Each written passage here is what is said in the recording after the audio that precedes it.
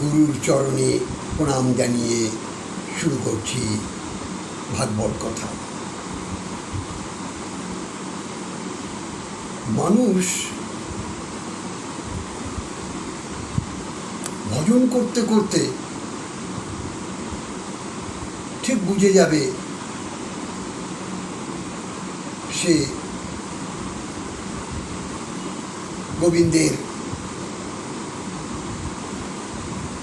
কৃপা তার উপর কত বর্ষণ হয়েছে।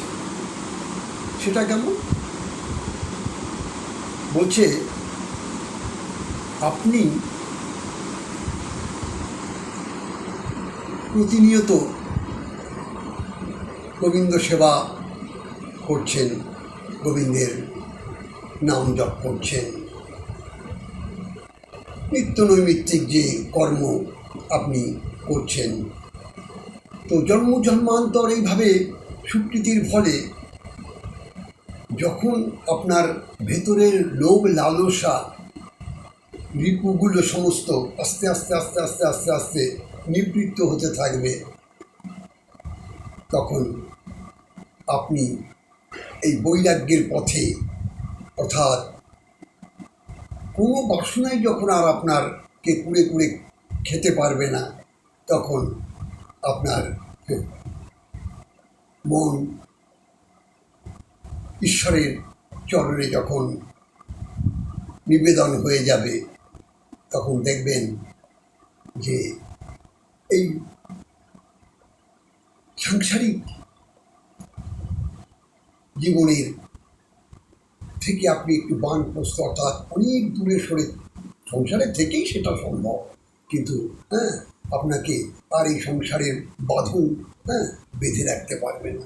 কারণ কৃষ্ণ আপনার হৃদয় একেবারে প্রেমে পরিপূর্ণ হয়ে যাবে। আত্মীয় পরিজন, বন্ধু বান্ধব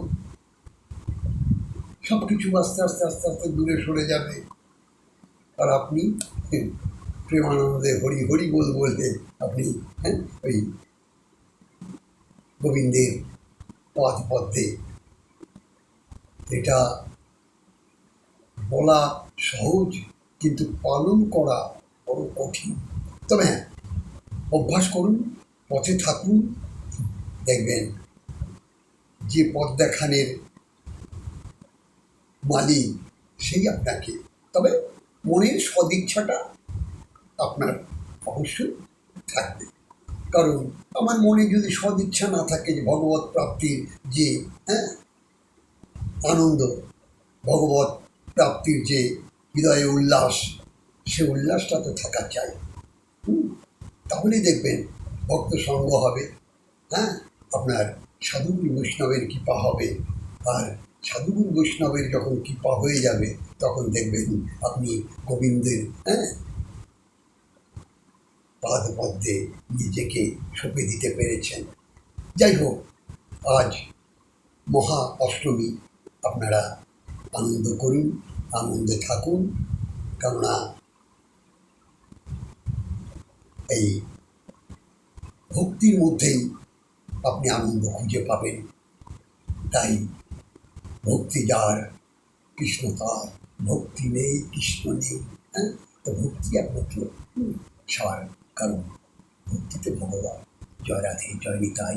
আপনারা সকলেই মঙ্গলে থাকুন, আর এইভাবে কৃষ্ণ কথা শ্রবণ করুন। জয় রাধে।